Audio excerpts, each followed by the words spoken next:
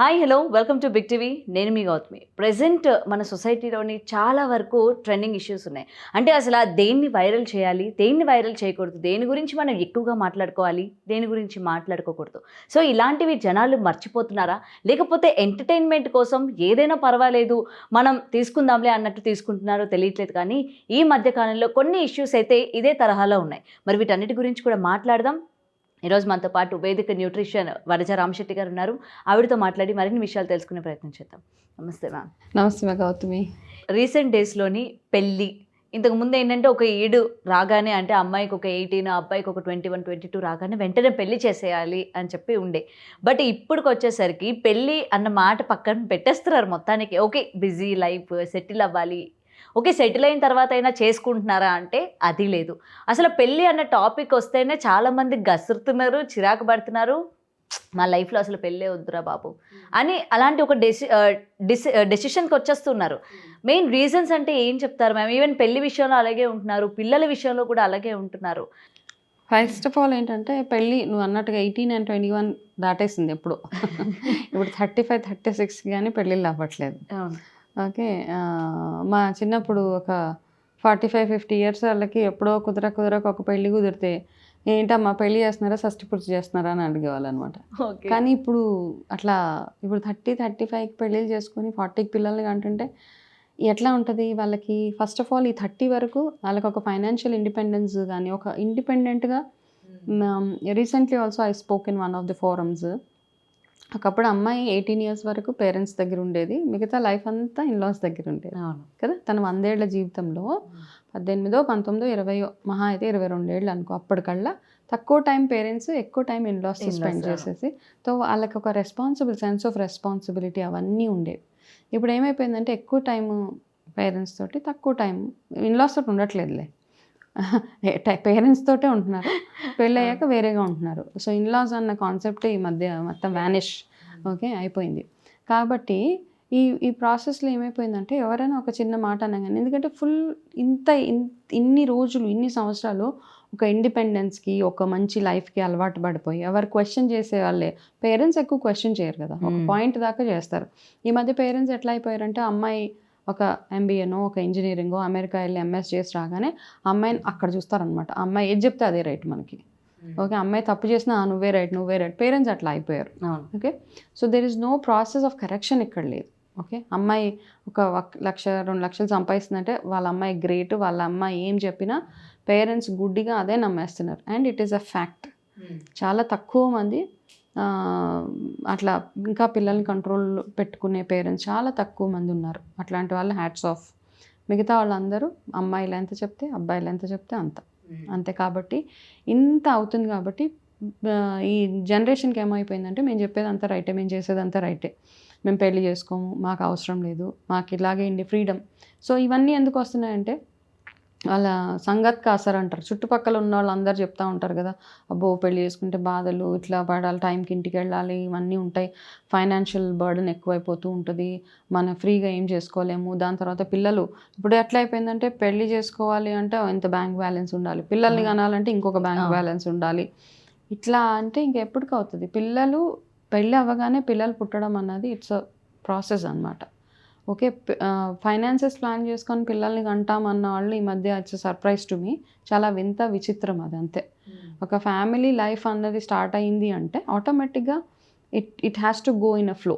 పిల్లలు పుడతారు, దాని తర్వాత ఎందుకు పుడతారు? పెళ్ళి అవ్వగానే ఒక 1 year, 2 years అయిపోగానే, మీ హనీమూన్ పీరియడ్ అయిపోగానే మీకు ఒక సెన్స్ ఆఫ్ రెస్పాన్సిబిలిటీ కావాలి. కాబట్టి మీ పిల్లలు పుడతారు. మీ పిల్లలు పుట్టగానే మీకు మెచ్యూరిటీ పెరుగుతుంది, వాళ్ళ మీద బాధ్యత పెరుగుతుంది. మిమ్మల్ని బాధ్యత వహించేలాగా చేసేది పిల్లలు కదా. వైఫ్ వచ్చినప్పుడు లవ్ అండ్ అఫెక్షన్, తన కోసం ఏదో చేయాలి, భార్యాభర్తలు అనిపిస్తుంటుంది. పిల్లలు వచ్చాక రెస్పాన్సిబిలిటీస్ వస్తాయి. పిల్లలు పెరుగుతున్న కొద్దీ వాళ్ళ గురించి మనలో ఉన్న మెచ్యూరిటీ పెరుగుతుంది, వాళ్ళ కోసం ఏం చేయాలి అని ఇవన్నీ పెరుగుతూ ఉంటాయి. కాబట్టి మ్యారేజెస్ చేసుకోము ఇవన్నీ అంటే మాత్రం నెక్స్ట్ ముందుగా ఎక్కడికి తీసుకెళ్తారు. ఇంకొకటి ఏంటంటే ఈ మధ్య లివ్ ఇన్ రిలేషన్స్ ఓపెన్గా అయిపోతున్నాయి కాబట్టి దే డోంట్ సీ ఫన్ అనిపించదు మ్యారేజెస్.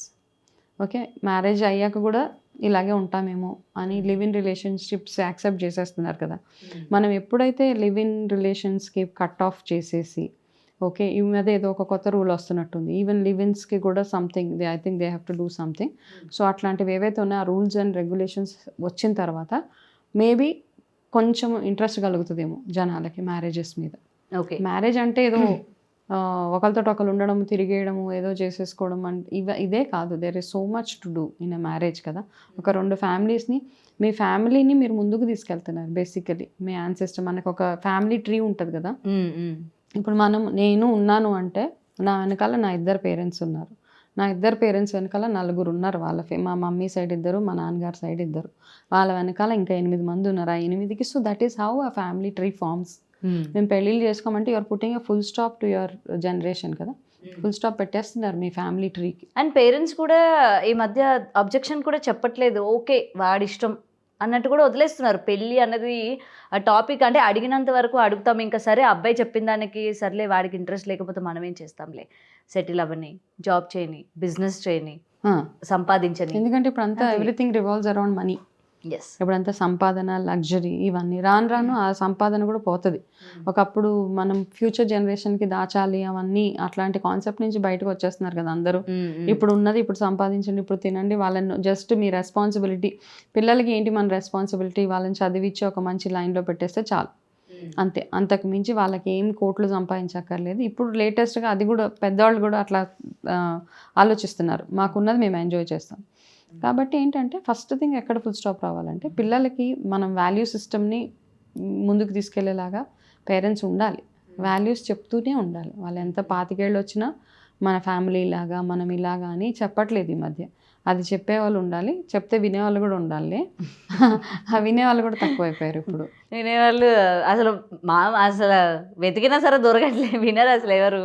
అంతే 22, 23 అమ్మాయి సెటిల్ అవుతుంది చేస్తుంది అంటే అయినా కానీ బిఫోర్ అట్లీస్ట్ 25 లోపల అమ్మాయికి మ్యారేజ్ చేసేలాగా చూడండి. అబ్బాయిలకి అయితే 30 హిట్ కాకుండా అట్లీస్ట్ 28, 29.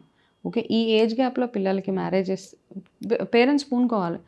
లేదా ఈ మధ్య ఓపెన్ ఎవరైనా ఇంట్రెస్టెడ్గా ఉన్నారు ఓకే చేసేసేయండి.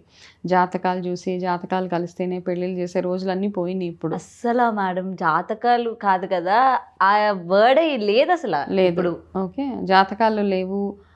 ఇప్పుడు ఎట్లా అయిపోయిందంటే ఏదో ఒకటి పెళ్లి చేసుకుంటే చాలు. ఎవరినైనా సరే అమ్మ తల్లి నువ్వు ఫస్ట్ పెళ్లి చేసుకో, అదొక టైప్ అయితే ఆడపిల్లల ఏదో ఒక ఏజ్లో ఎవరినో ఒకరిని చేసుకో, ఎవరైనా పర్వాలేదు, నువ్వు పెళ్లి చేసుకుంటే చాలన్న పేరెంట్స్ ఉన్నారు.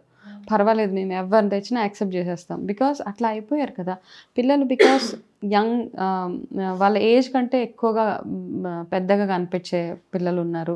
ఓవర్ మెచ్యూర్డ్గా కనపడుతున్నారు ఈ మధ్య పిల్లలు. చాలా టూ మచ్ ఆఫ్ ఫ్రీడమ్ ఎక్కువైపోయింది. ఇవన్నీ చూసి పేరెంట్స్ తట్టుకోలేకపోతున్నారు. అండ్ ఇంకొక విషయం కూడా మేడం, ఈ మధ్య కాలంలోని ఇది పెళ్లి చేసుకోవట్లేదు అన్నది పక్కన పెడితే, ఇంట్రెస్ట్ లేక పెళ్లి మీద ఇంట్రెస్ట్ లేక, అబ్బాయికి అమ్మాయి మీద, అమ్మాయికి అబ్బాయి మీద ఇంట్రెస్ట్ లేక జెండర్స్ కూడా మార్చేసుకున్న జెండర్ అదే దట్స్ వాట్ నేను అందుకే నవ్వుతున్నాను. అలాంటి అసలు మామూలుగా లేవు అసలు. అమ్మాయిని అదే ఒక అమ్మాయి అయితే అబ్బాయిని చేసుకుంటే చాలు, అబ్బాయి అయితే అమ్మాయిని చేసుకోరా బాబు. ఈ సేమ్ జెండర్ పెళ్ళిళ్ళు ఇప్పుడు అవి ఒకటి కదా, అట్లా చేసుకోకుండా ఉంటే చాలు. బికాస్ ఎందుకు చెప్తున్నానంటే ఇట్లాంటి కేసెస్ చాలా అంటే ఫోన్స్లో ఏదో ఆస్ట్రాలజికల్గా టారో రీడింగ్స్ అవి చేయించుకోవడానికి వస్తారనమాట. వాళ్ళు చెప్తారు కేసెస్ ఇట్లా మా అబ్బాయి జెండర్ చేంజ్ చేసుకుందాం అనుకుంటున్నారు because of hurts or her friend అని. అది కాకుండా ఏం చేయాలి చెప్పండి అంటే ఏం చేస్తాం పాపం, మీరున్న కల్చర్ మీరున్న కంట్రీ అట్లాంటిది కాబట్టి. అండ్ పేరెంట్స్ ఏం చేయలేరు, పేరెంట్స్ డిప్రెషన్లోకి వెళ్ళాల్సిందే తప్పిస్తే. సో ఇట్లాంటివన్నీ ఉన్నాయి కాబట్టి అట్లీస్ట్ ఈ మధ్య మనం ప్రే చేయాల్సింది ఏంటంటే మంచి అమ్మాయిని అబ్బాయిని అమ్మాయి పెళ్లి చేసుకుంటే చాలు అన్న కల్చర్ అక్కడ దాకా తీసుకెళ్ళొద్దు. ఇంకా అట్లా అయిపోతుంది రాను. కాబట్టి that's one big danger bell అనమాట. కానీ చాలా ఎక్కువైపోయారు మేడం ఈ మధ్య అయితే. అబ్బాయిలు అసలు దారుణంగా 10కి 8 మంది అట్లానే ఉన్నారు. ఈ ఫోన్లు చూస్తూ ఉంటే ఊరు బాబాయ్ ఏంటి అసలు ఇంతమంది పుట్టుకొస్తూ ఉన్నారు అంటే వీళ్ళకి నిజంగానే సిమ్టమ్స్ ఉన్నాయా, చేస్తున్నారు కదా, మేకప్ ఆర్టిస్ట్లు అయిపోతున్నారు వాళ్ళు. ఆడవాళ్ళకి మేకప్ ఎట్ట చేసుకోవాలో చెప్తున్నారు ఇవన్నీ. ఇట్స్ అ డేంజర్ బెల్ అనమాట. అంటే they want to be feminine. చాలా మందికి ఇలా ఉంటేనే మాకు బాగుంటుంది అన్న ఫీలింగ్లో ఎక్కువ మంది వస్తున్నారు. ఓకే ఓకే, అంటే మనం అమ్మాయిలాగా అయిపోతే ఆ రెడీ, ఆ మేకప్స్ ఇవన్నిటికీ అవును. ఇంట్రెస్ట్ చూపించడం అంటారా? అట్లాంటివి వాళ్ళ ఎట్లా ఇంట్రెస్ట్ చూపిస్తున్నారు అండ్ అవన్నీ ఎందుకు ఎక్కువగా హైలైట్ చేస్తున్నారో కూడా ఇట్స్ నాకు అర్థం కావట్లేదు ఫస్ట్ థింగ్. నెక్స్ట్ అబ్బాయి పుట్టితే అమ్మో ఈడే ఎట్లా పుడతాడు.